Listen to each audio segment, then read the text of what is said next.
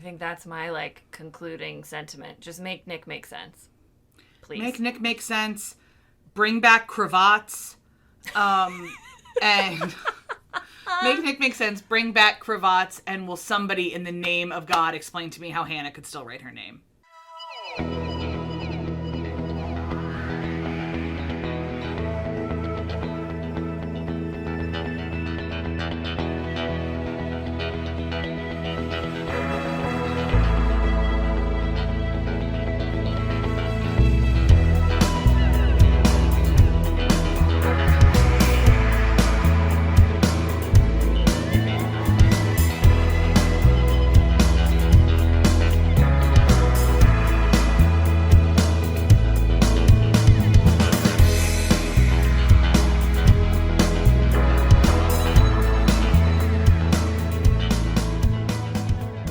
Everybody, we're the Good Doctors of Abbey Research. I'm Dr. Erin.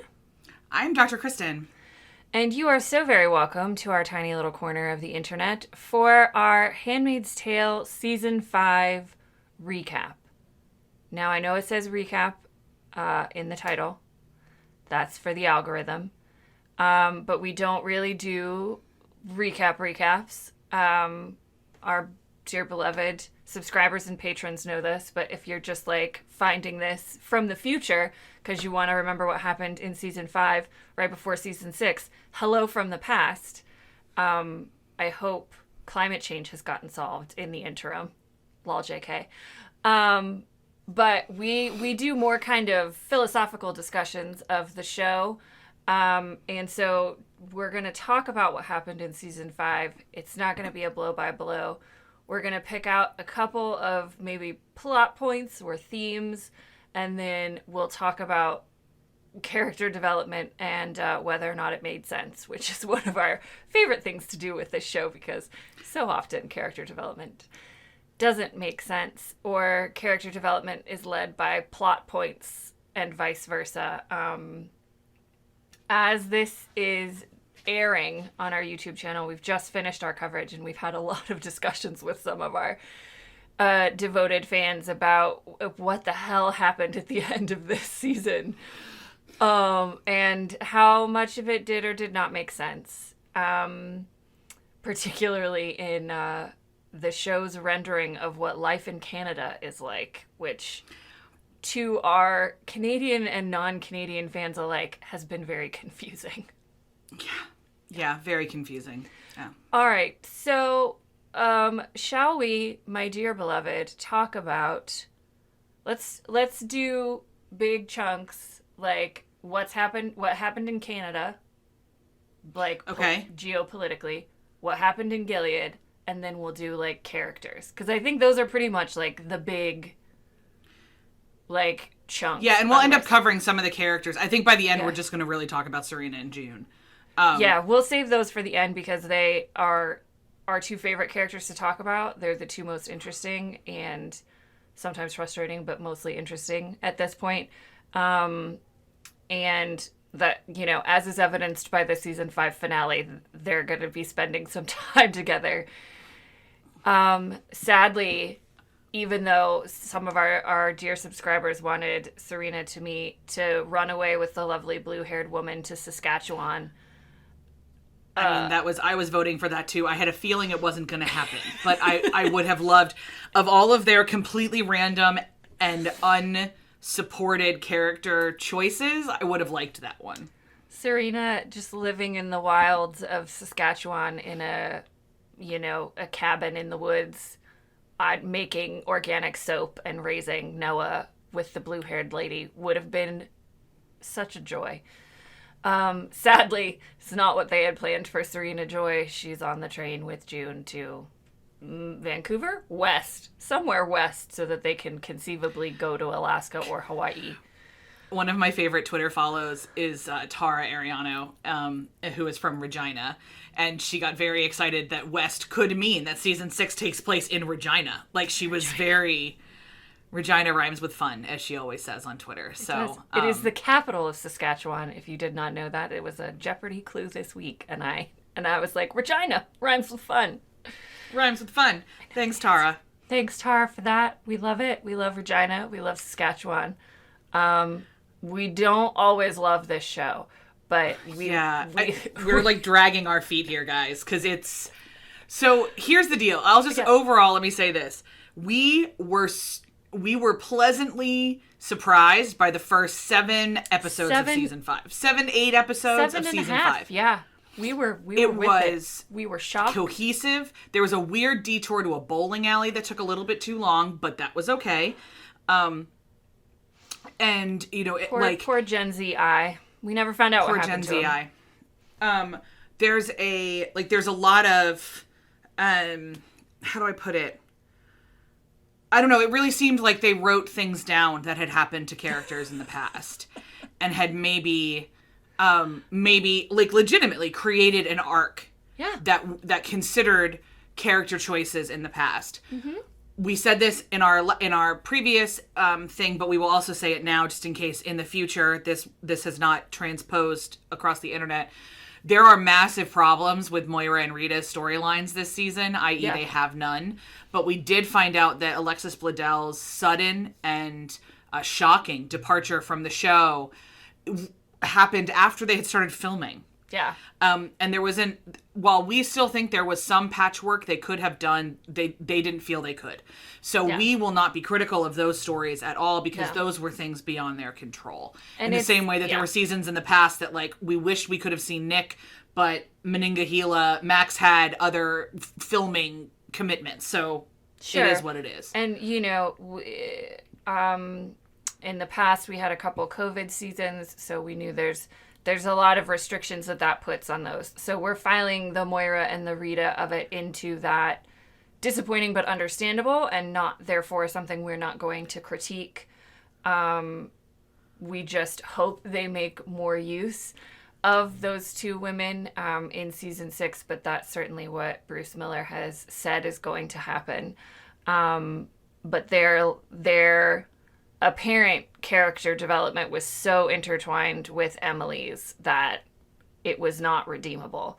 So we did have the sudden disappearance of Emily at the start of this season. And what I understand, like, I can see now why that conversation with her wife was so awkward. Yeah, because like they didn't have any time, I'm sure, to like they had to really write it on the fly. Yeah, no, that totally makes sense. We were critical of that as being awkward when it happened early in the season, but it makes total sense having heard what we've heard from Bruce Miller, who, if you haven't listened to this or you haven't heard us talk about it in a previous episode, we are referencing an interview that he did with the Red Resistance podcast right before the season finale dropped for season 5. So if you are interested in that and you want to listen to it, we'll make sure and link it in the show notes. I listened to it because I'm a glutton for punishment and took that one for our team and didn't make Kristen do it. We did learn some things. We were frustrated by some things, but that's where a lot of this intel has come from, specifically about Moira and Rita and Alexis Bledel leaving. We wish her all the best and hope she is safe. But speaking of Canada, let's talk about what the state of Canada in this season, to which we were very confused by the end. And we were confused at the beginning too. Yeah. Like sometime between season 4 and season 5, which timeline wise could be 36 hours or could be 3 months. We don't actually know. We don't know. A lot of people in Toronto took a real hard right turn into hating the refugees. Yeah, and like, you were joking about the time difference there, but we actually know it was season 5 picks up immediately at the end of season 4 because it's right after they've killed Fred Waterford. Yeah, I was joking, because it's and so where did this sentiment come from?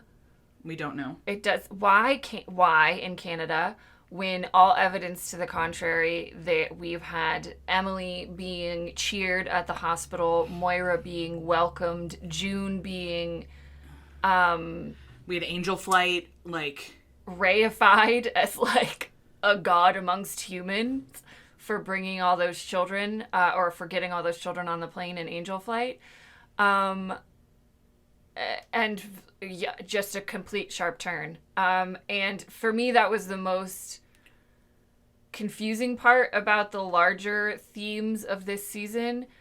It 100% makes sense in the terms of the world we are currently living in the year of our Lord 2022. And very clearly, the writers wanted to say something about abrupt right turns in American politics.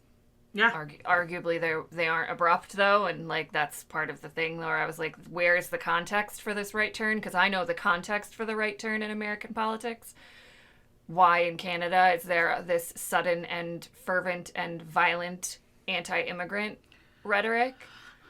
It really, like, there's a lot of ways to build that kind of storyline. Yeah, so which was our primary critique. If you wanted to do that, show the work. Show the work. So you could, because it's entirely possible that in the time between them personally writing, they realized that they really needed June and everybody out of Toronto. And so they had to figure out how to get people out of Toronto. An easy way is that governments will kind of always give in to mass protests like we were seeing, et cetera, et cetera. Not always, but in a lot of ways. So, like, okay, we can do that back work. Oh, shit, we've never built the argument that they could do that. Oh, it doesn't matter. People read too much into the show anyway. Let's just start off the season by saying, you know, it's all bad in Canada now. Yeah. Okay, so you got there. There's a couple things you could have done really quickly. We could have had Moira do a one-off statement to Luke. One of the mornings they're reading the paper. Yeah. You could have had Luke or June or Moira even say, man, everyone's really shocked by this, like, why we're hated so much. Like, make it seem like if it's a shock to the viewers, it should be a shock to the country, or you should have shown the work. Mm-hmm. And we have been told repeatedly throughout all 5 seasons by the show. I mean, Bruce Miller is really the only one who consistently talks about the show. Like, writers sometimes talk about their individual episodes, but, like, largely it's Bruce Miller. And he has very much said that he does not prioritize continuity. It's not his, he has some explanations and some excuses for that, but he doesn't prioritize continuity. He prioritizes moments, it really appears. And the dramatic moment of the shooting at the vigil, I have a feeling, was one of the moments that they were driving up to. Yeah. And we made a lot of jokes throughout the season about how it can't be Canada because there was no Tim Hortons. And all of the protest signs were way too uniform. And all of that kind of stuff. But truly, it was one of the biggest holes this season. Yeah. Because it became such an animating feature of the finale, is this conceit that now all of Canada, I mean, like, I just don't know, like Trudeau goes to gay pride parades and lets topless people kiss him. Like, this is not, like, his government wouldn't give in to this, and I know it's not immediate analogous, but, like, I don't know, it just felt itchy. It felt itchy and weird. Yeah, and as our subscriber and patron Brenda pointed out, like, it felt like people who aren't Canadian writing about Canada, in a way that considers just Canada slightly like America, but with slightly funnier accents and different money. Like America's hat. Yeah. Yeah, but, you know, we talked about this incongruous shift towards really focusing on anti-immigrant sentiment. You know, our friends in Canada have said there's always anti-immigrant sentiment. Like, Canadians are not one thing or the other. But, like, so, you know, I can buy the conceit that it's always been there, and there's always been a subsect of Canadian people that weren't happy about the American refugees coming into Canada. But that's not what you showed us. You Correct. Showed us all the population that was supporting them, that helped start and run and organize Little America and, like, all of these other things. And so where was that support mechanism when there were protests outside Luke and Moira and June's house? Where was the support mechanisms for providing surveillance for June? One of the things I said recently for a comment in our season 10 or episode 10 recap was, so June buys a bulletproof vest and a gun to protect herself, but not cameras set up around her house, which would have caught, supposedly, I didn't see it, but Bruce Miller said the red truck that eventually ran her over shows up several times in several episodes. It also would have really helped if she wasn't walking in the middle of the road. If she's that concerned about her personal safety to buy a bulletproof vest, why is she still not doing other things to protect herself? And it was just too easy to poke holes in it. It was like Swiss cheese. Yeah, it spent a lot of, the last 3 episodes spent a lot of time pulling us out of the story. Yeah, which was a lot of people who comment on our stuff said, and that's, how you and I feel about it. Yeah. And I was thinking about the closest that I have personal experience with in a tight time frame is the war in Ukraine. And how when Russia first invaded, there was a global outpouring of, help.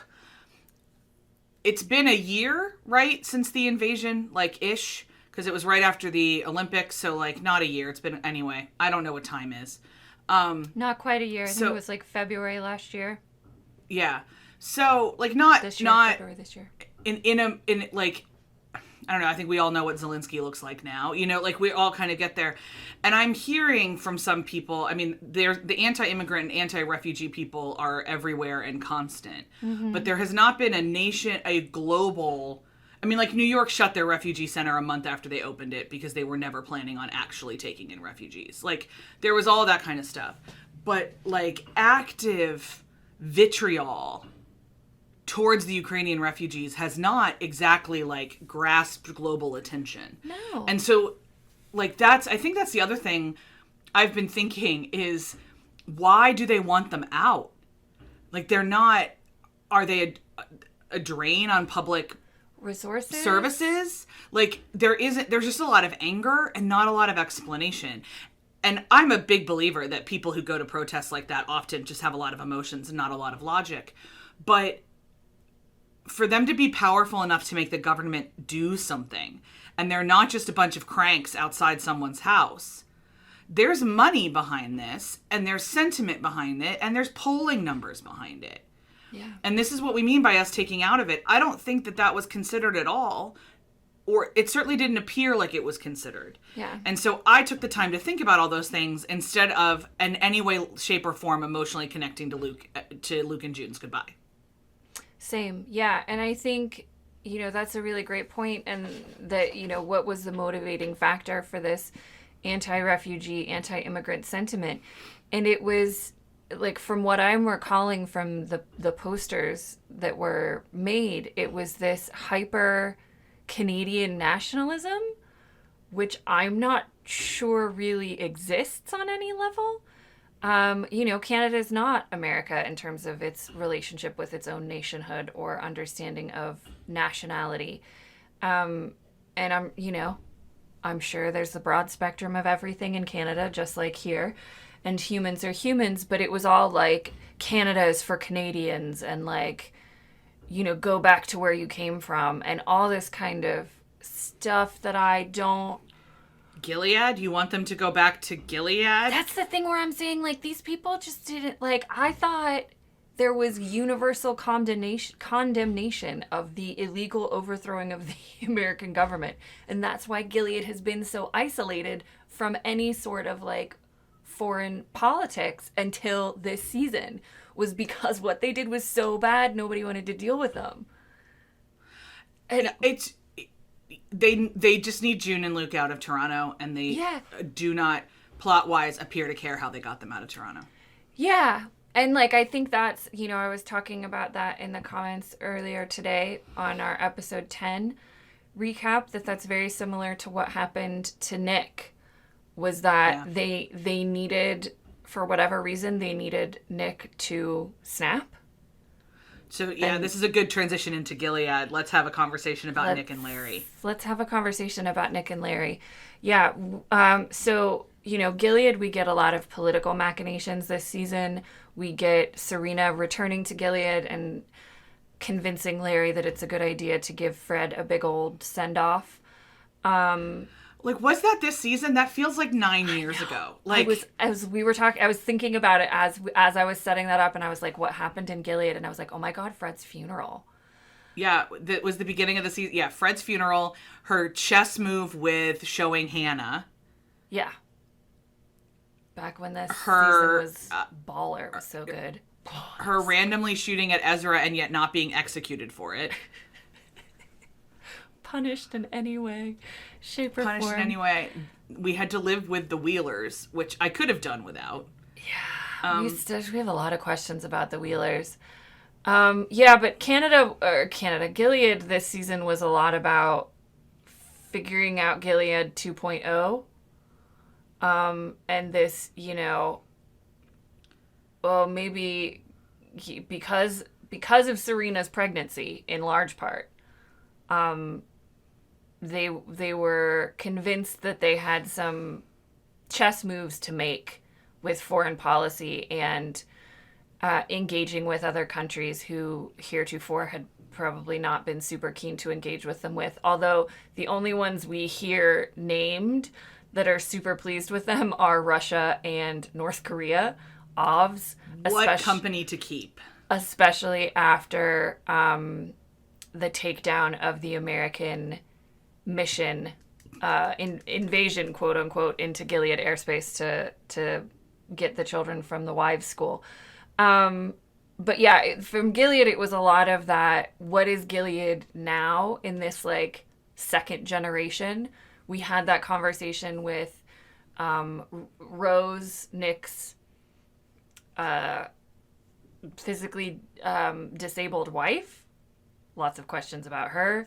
The young Gen Z who was I don't remember life before Gilead, kind of. We had this intergenerational conversation, and then we had, the old stalwarts of Fred being done away with, and then Putnam being done away with, and Larry coming in with his slightly more progressive vision of Gilead and New Bethlehem that was really driving, I think, some interesting philosophical questions about the next step for Gilead.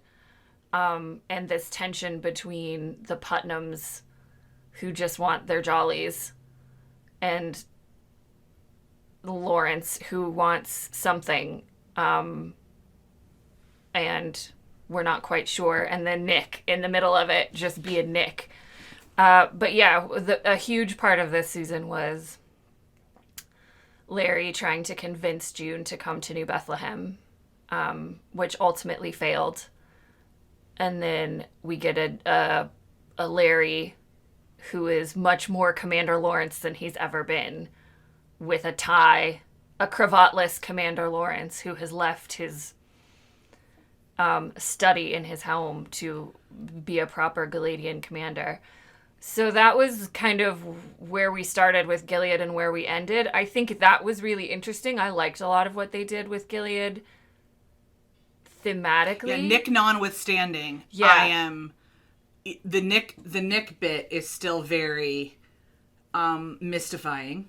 Makes me but mad. I don't get it. But I'm always up for time with the Real Housewives of Gilead. They make me laugh. And I'm here for Naomi Putnam figuring out if she wants to continue to be the plantation mistress or if she wants to be something else. Yeah. She was great this season. She did a great job to that actress for really stepping up when they asked her to. Mm-hmm. Does she want to be Serena? I don't think she's smart enough to be Serena, and that Absolutely was never not. her role, but Larry's kind of forcing her into it. I wonder if he's really regretting not taking Serena up on her offer. And what that would look like. I don't know, or maybe he's like, God, she would have been a pill, and I don't want to handle her. I don't know. I'm not surprised necessarily by Larry. The more I sit with this, the more I think about it. Yeah. Because I think June turning him down was a real, closing the chapter. Mm-hmm. And I don't know if what his end goal is, beyond respecting Eleanor's wishes and memory. I don't know what he wants to do with Gilead. Does he want to burn it to the ground at some point? I don't think so. Of the 4 pockets of storylines that we're going to talk about, this is the one that makes the most sense to me. Yep. Barring Nick. I I don't need June to end up with Nick or Luke, but God, does this show want me to think that she's going to end up with one of them? Back and forth. And I was never, like, I am not a will they, won't they person. Like, Ross and Rachel drove me nuts. Like, that wasn't fun for me as a viewer. I like watching people already in existing relationships do life together. I like watching the intricacies. I am somebody who would absolutely watch a sitcom of a married couple. Like, I don't need everybody to get to... Like, I watched Mad About You for years, and I loved it. So good. Golden Girls. Those relationships are amazing. Mm-hmm. I want to watch people who already love each other continue to love each other. And so this will they, won't they nonsense with Nick is, to me, nonsense. Mm-hmm. And if you want her to be the end game, if you want them to be the end game, then why are we listening constantly to, like, we always find each other with Luke? Why is Luke even still alive? Like, yeah, I didn't care for any of this because I find a lot of other things about Gilead and this world that they've created much more interesting than June's sex life. Same. And so that's my thing. Yeah, it feels, I think at this stage, emotionally manipulative to keep bouncing back and forth. Yeah, I would agree. And I just, like, the last 2 seasons we've had these, like, you know, clandestine meetups with June and Nick. And for, like, to what end? They can't stay away from each other? Do I care? No. Like, what are you gonna do? You're in Gilead. You're a commander. She asked you to leave several times. You didn't. Tuello tried several times. Yeah. You said no. You chose to marry Rose. You had sex with the woman and impregnated her. We know Nick has good sperm, so way to sharpshoot there, buddy. But, like, and why do I have to spend so much time thinking about Nick's sex life? Like, what, like... To throw it all away because June is in danger. Because June is under threat of physical harm. She was run over by a car. And then, you know, survived. Again. And apparently was not injured. Not because she was then walking through the streets of Toronto 2 days later carrying a child. Carrying a child. I mean, she did have a cast on her arm, but you know, details. But yeah, I mean, you know, we talked about this a lot in our episode 10 recap, so we won't belabor it here. But for us, that is the major thing that, like, Nick's implosion, if you will, in episode 10 was just nonsense. And to what end? To what end? And why do the men in June's life continue to be completely irresponsible and make terrible choices under the misguided notion that June Osborne has ever needed a man to take care of her? I don't care. I don't want to watch a show in which Luke grapples with his shallow masculinity. This we have is not bigger problems. Yeah, like, the patriarchy is here to be tumbled, not dealt with. That's why we're still watching this show, because we live in the patriarchy. We swim in it every day. Yeah, until they said they were making the Testaments, I really hoped we were going to see the end of Gilead next season, and we're not. Now we have to wait till the end of the Testaments, and that is sad for my patience level. It's very sad for my patience level. But let's move on to the two ladies for whom this show operates around their polarities. Serena, it's so funny because I've read a lot of stuff this week where people are like, Serena didn't make any sense.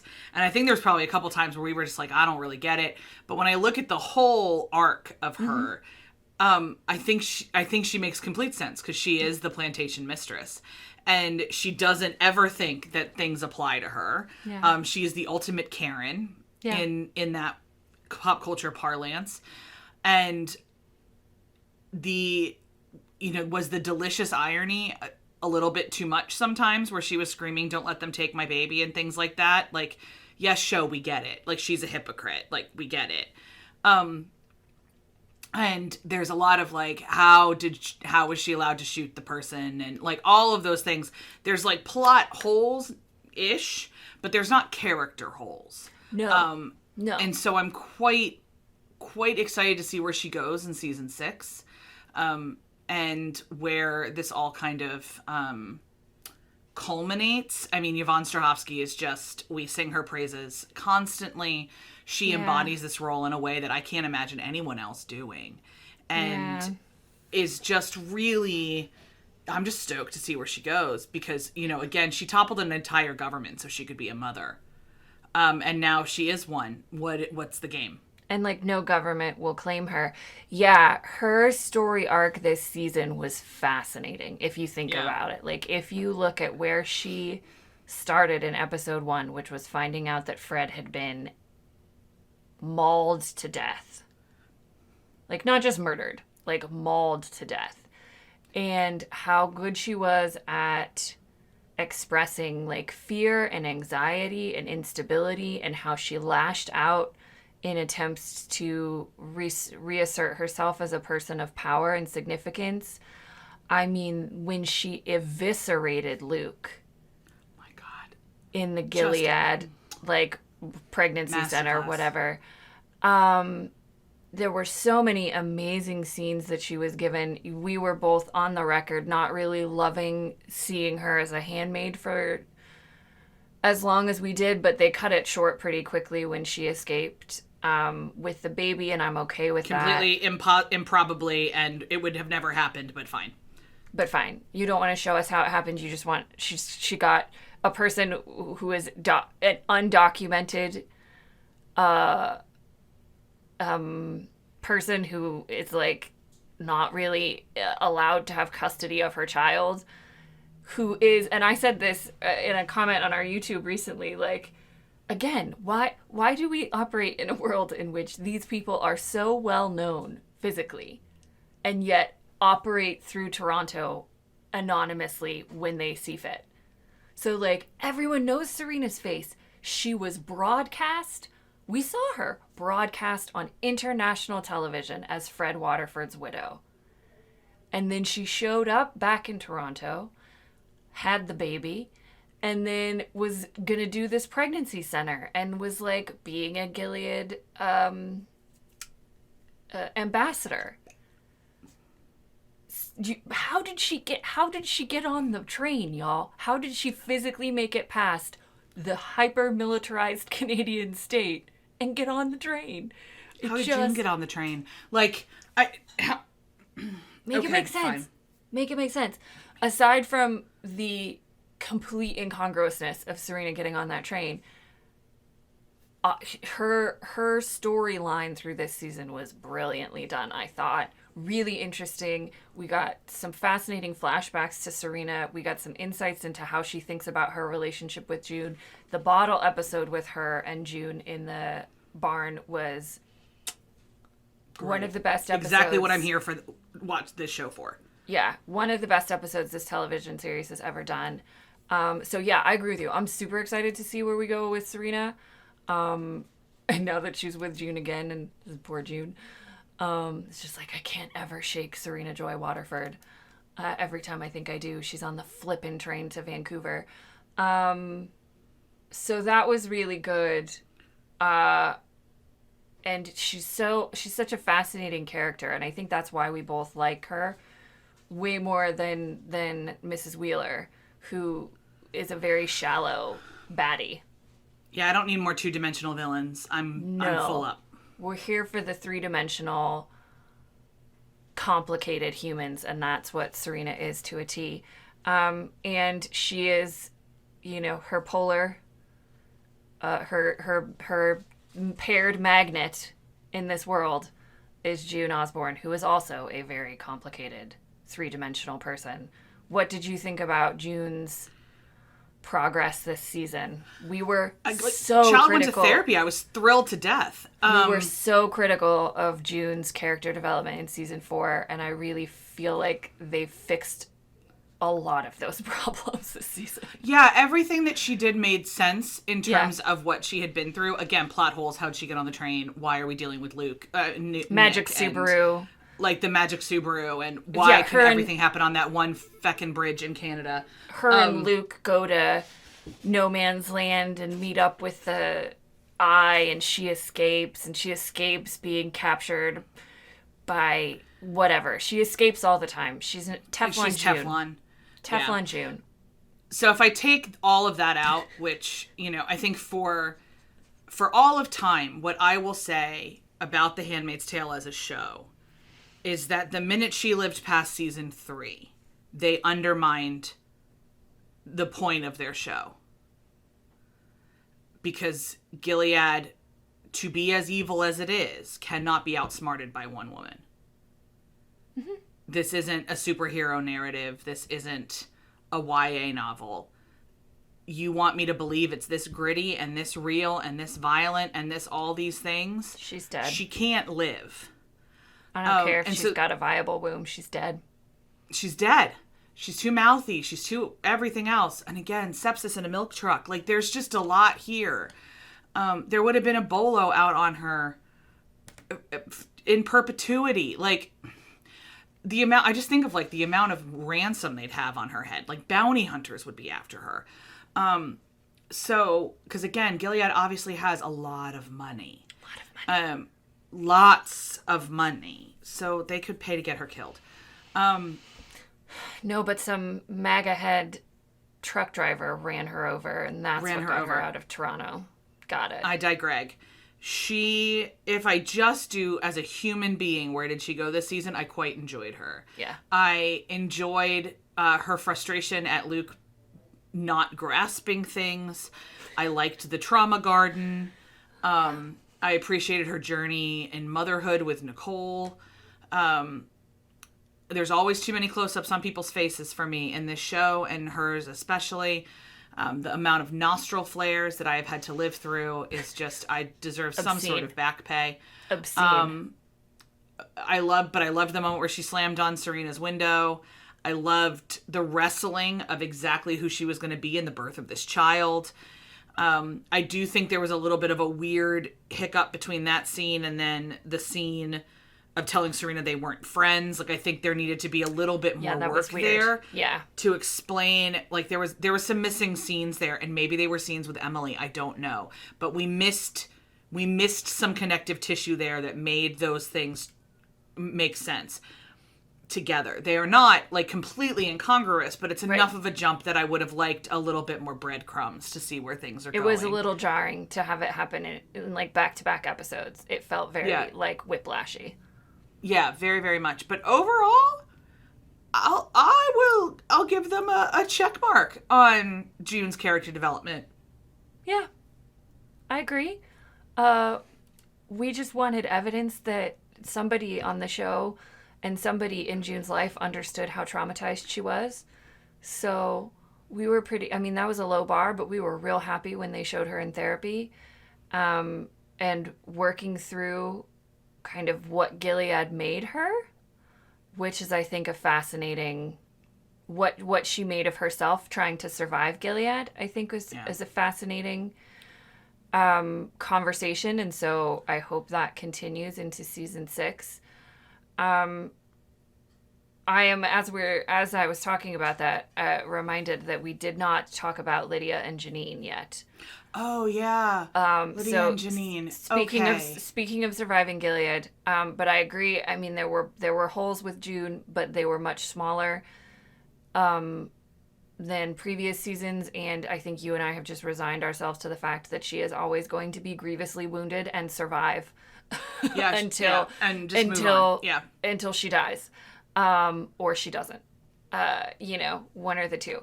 It remains to be seen how accurate they're going to be transitioning from The Handmaid's Tale into the Testaments. But in the Testaments, she is no longer alive, right? No, she's alive. Oh, is she? Okay. No. Well, she lives. So putting aside a lot of those inconsistencies, there was a lot of growth. Again, Elizabeth Moss, Scientology aside, acted the shit out of it this season. But I think... Where's Shelley, Elizabeth? Yeah. Where's Shelley? Where's Shelley Miscavige? Where's Shelley Miscavige? Just gonna be more people on the internet asking where Shelley Miscavige is. Just add us to the list. We're here with Leah Remini for some answers. Yeah. Always, I am always standing with Leah Remini. And in matters of Scientology, so yes. Speaking of people, and possibly in life matters, I don't know. I don't know. We don't know her personally. Those nails make me very scared to cross her. I know. But speaking of people we stand with, also forever, Ann Dowd. Ann Dowd, not the character of Lydia, but definitely Ann Dowd and the character of Janine. Yeah. Played by Madeline Brewster. Impeccably. Yeah. Loved their dynamic this year. I liked some of Lydia's stuff. I thought some others of Lydia's stuff kind of moved a little bit too quickly or weirdly. It seems like they started late on the whole idea that they had to shift Lydia more towards Testament's Lydia. It seemed a little bit late. Maybe like 3 episodes. Yeah, not terribly. Just a little bit of more give her time to rest. Because we went from 0 to her sobbing pretty quickly.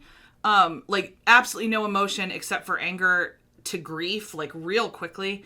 And that just felt a little jarring. Like it wasn't, I would never accuse Anne of overacting because I think it then set up the rest of her emotions around Janine. But yeah, it was just odd. Really, also, but where's Esther? Like we've lost an entire storyline here. Like, why are you would love to see McKenna Grace again. I hope McKenna, I hope it was because you had filming commitments, because otherwise why are you wasting the incredible talent of McKenna Grace? The scene where she like freaked out, chained to the bed after she woke up and told Lydia that Putnam raped her was just genius acting. And I was like, oh yeah, we're bringing Esther back. This is going to be so good towards the end of this season with like, nope, she's gone. So really hope that was a filming commitments thing and we're going to see her. I am convinced Janine's going to the wall. But I would like a detour to wherever Esther is first so the two of them can scheme something up. Yeah, I mean, clearly we got... we had a version of Janine in this season that has learned a lot from her relationship from June. And I think learned to be more strategic and conniving than we thought. She learned a lot in that sepsis milk truck. But we saw a lot of cognitive dissonance from her, just kind of like the trauma of being poisoned and almost dying, and surviving all that she has survived. I think she reverted back to old patterns and then realized with Mrs. Putnam and with Aunt Lydia that, Gilead was always going to come for her. And, we had a lot of characters kind of had events that like snapped them in this season. The only one that I think doesn't make any sense is Nick. Lydia snapping over Janine being unconscious, being poisoned by Esther. Yeah, they did that work. Just they did it. I'll give them that they did it. It was a little too fast. I agree with you. It was a little too fast, but they did that work. It made more sense. Janine snapping. If I consider, and I did when I was watching it, all the things Janine has been put through, that Martha saying to her, "They never fucking let you leave," or whatever she said. I can see that being a snapping moment. It wasn't as dramatic as the other, like, I'm done, but it was worth it to watch her, like, tear the whole off of Naomi and kind of be back to our smart, conniving Janine again. I'm worried about her. I think she's dead. I think she has to die for Lydia to really make that leap. I mean, Lydia at the end of that season was very upset at Janine being taken away, but I think she has to see Janine's dead body. It's going to be interesting to see. Like, she has now realized that she never had any power. Yeah. And that's going to be really interesting to see. Fascinating. How she reacts to that. Because this is obviously a woman who thought she had a lot more power than she ever did. a very much in a Serena mode in that way. Yeah. So I'm always here for the women of Gilead, realizing that they built a system that oppresses them. Great job, ladies. And can't wait to see how that ends up. A+ work. Overall, I will give this season a B-. Yeah, I agree. Without the Nick storyline, it would have been a B+. A solid B+. Yeah, solid B+. Because the Nick, I don't know. It's just like we're living in a world right now where everybody wants angsty romance novels. Like Colleen Hoover is outselling everything, and we are just not those people. So it's possible that we've just missed. We don't have the gene in us that loves crying at star-crossed lovers. That's not us. And so. And they just how many times can you belabor this point? That's the thing where I was like, you did it in season 4. Was the phone call in this season? The phone call, was that this season? Yeah, so where she demanded exact same conversations in one season. Where she demanded to talk to him after Mayday and trying to convince him to save Hannah. Yeah. We had the meeting in the snow or in the house last season where he gave her pictures of Hannah or something, and then that's when we found out he was married, because like after they had their lovely reunion, he like put on his wedding ring. It's too many of them. And like, to what point? Was it always to get to this point where he was gonna like flip out and end up in Gilead jail? To what point? For me, that's the one where it's like, if you want me to go along on this ride, you're gonna have to do a little bit more work than just like, because unless it could be that, you know, we are overthinking this and it's just the angsty love story that gets viewers, and you and I are just like too tired for that. I don't know. Yeah, I can't with angsty love stories. My love story wasn't angsty. It stresses me out in the moments that it is. I don't go for drama. I do angsty love stories, but not repetitive ones. True. Yeah, I don't do repetitive anything, honestly. Yeah. So for me, it's I'm shit or get off the pot now. At this point now, we're all adults here. Decide what you're going to do. And like Rose deserves better, and Luke deserves better, and I don't particularly like either one of them, but you guys are being ridiculous. So yeah, and like, I just don't. I can buy an angsty like teenage, you know, love story. You know, Romeo and Juliet, there wasn't a whole lot of societal collapse happening or massive coups or you know, climate crises and fertility crises. Like, I mean, yeah, you had the warring Montagues and Capulets, but like, that's just normal. The body count was a lot lower in That's a lot more like family drama. So you can get, but like, I'm just like, how do you have the energy to be angsty romance when the world is on fire? You're trying to survive, and I understand you want hope, and love gives you hope, and all that. You can't be together. Just stop. Yeah, I don't know what the end game is there. I'll be intrigued to see what it is. I might, if we get a satisfying end game with the story, I'm open to upping my grade when I see where Nick went. But as we're standing here right now, we're recording in November of 2022, my grade is a B-. Yeah, and in fairness to the show, we didn't grade season 4, but we probably would have done C-. Oh, I would have gone D for season 4. I had so many problems with it. We had so many problems with season 4. So this is a clear grade or 2 grade improvement for all that the impact of our fabulous 22 or 1,200 subscribers has on the universe of The Handmaid's Tale. For what our 2 cents is worth, congratulations, show. Big improvement. Make Nick make sense, and we'll see you for season 6. I think that's my like concluding sentiment. Just make Nick make sense, please. Make Nick make sense. Bring back cravats, and make Nick make sense. Bring back cravats, and will somebody in the name of God explain to me how Hannah could still write her name? Oh yeah, we didn't talk about Hannah at all. And I'm fine. We don't need to, but that was one of the biggest ones for us. And like, y'all, we're going to say it. I think it's worth saying because we had a lot of people confused in our comments about it. young women aren't allowed to write. She was 5. She's now 12. 5 when she was separated from her parents. She's now 12. She has had no meaningful interactions with them that have lasted more than an hour. In those 7 years, there is no way in hell she still knows how to write her name. Never mind knows maybe what it is. What was that? What was that? Why was that? All for naught, because they didn't get Hannah out, and God knows she's still in the Air Force Academy. Wives school.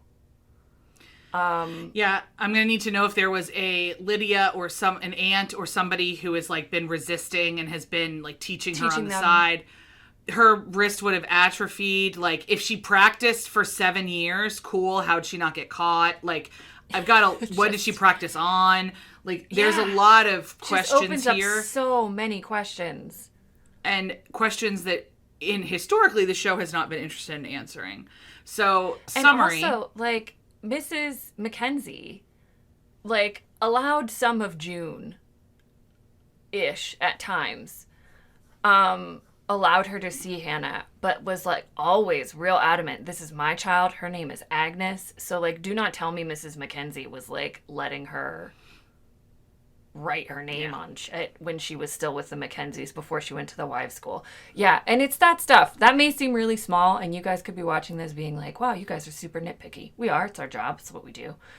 But that took me out of that whole episode because I was just like, in what world? So, yeah, bring back cravats. We're pro-cravats. Pro-cravats. Pro-Serena not in teal. So let's keep that going. Yeah. Let's, justice for Esther. Justice for Esther. Let's start that hashtag right now, even though Twitter's dead. Let's start that hashtag. Who knows? I think it's just going to creep along like a zombie. We're there until it's not there anymore. So who knows?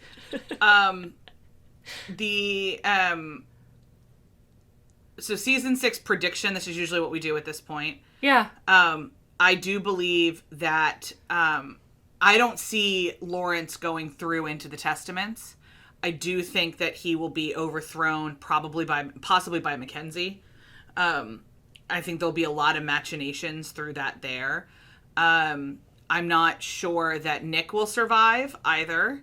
Nor do I know if I care at this point, because again, make Nick make sense. I don't care. And I'm going to be just very intrigued. I know he has said he doesn't want to stick to the Testaments, but I want to know what of the Testaments you want to stick to, rather than just doing season 7 of The Handmaid's Tale. So, like, why the shift? What are you grasping? What aren't you? In the Testaments, Nicole is raised in foster care in Canada, and we meet Hannah, whose name is not Hannah, obviously, in her 20s. There wasn't, I don't think, wives' schools in the world of the Testaments. Yeah, she's married, I think. Or she's getting married, I believe. It's married. Fuzzy. Yeah. But she's 19, 20. Like, she's in that kind of developmental age. And then we've got Lydia. Those are the 3 main protagonists. We do meet June throughout the time. The girls learn, spoilers for the Testaments that came out 4 years ago. The girls learn they're connected through June, and they know who June is. What of those pieces are you going to keep? Yeah. Yeah. And I understand the argument. Intrigued. Yeah. I understand the argument that The Handmaid's Tale, the show, is different than The Handmaid's Tale, the book. And, they're 2 different mediums. We say this all the time. And I understand that he said, I'm not interested in making the Testaments, the book, into a TV show. I understand that distinction. But you are making the Testament show. And it is going to have to connect to the Handmaid's Tale show that you are currently telling. So, and also the Testaments book makes more sense with the show than with the Handmaid's Tale book. Yeah.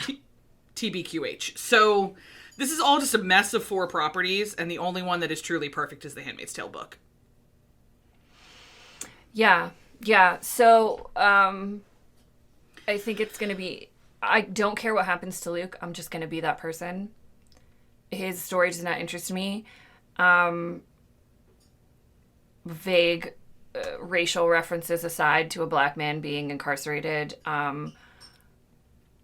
I want, for season 6, I want the June and Serena show. Yep. I want radicalized Lydia. Yep. I want more of Lawrence, always more of Lawrence. Bradley Whitford, we didn't say his name out loud until just now, but he was phenomenal this season, always. Make Nick make sense. That's what I want out of season 6. Yeah.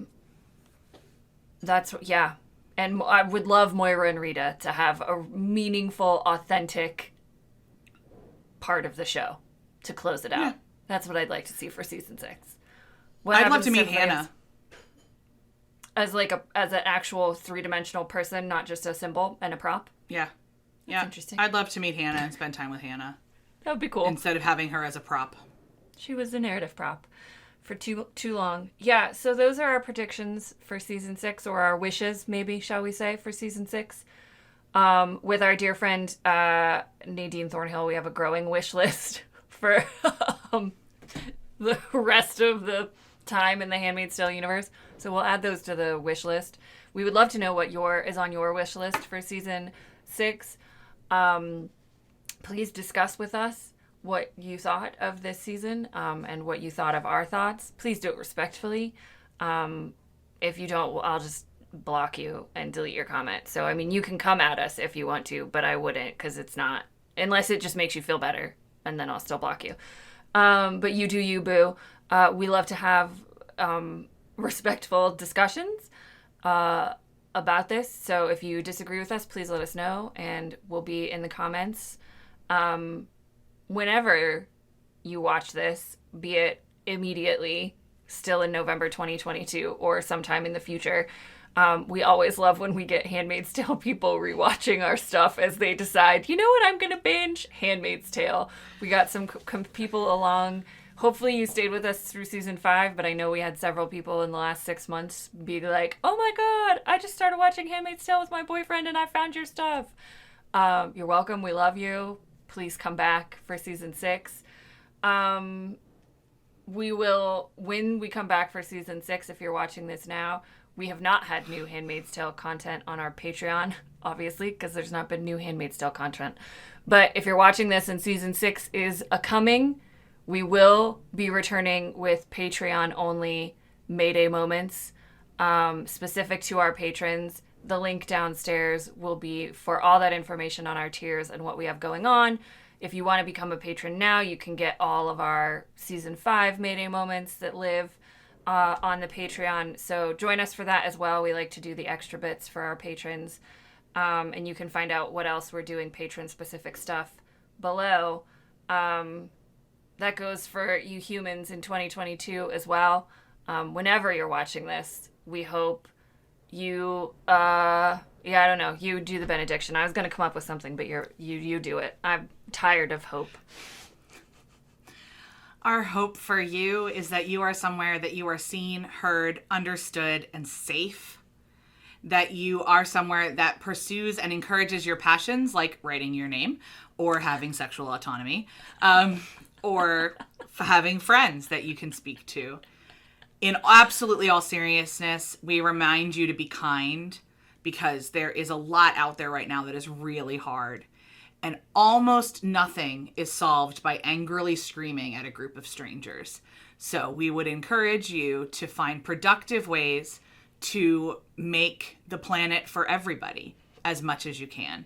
And we'll see you in season 6. Bye, everybody. Bye.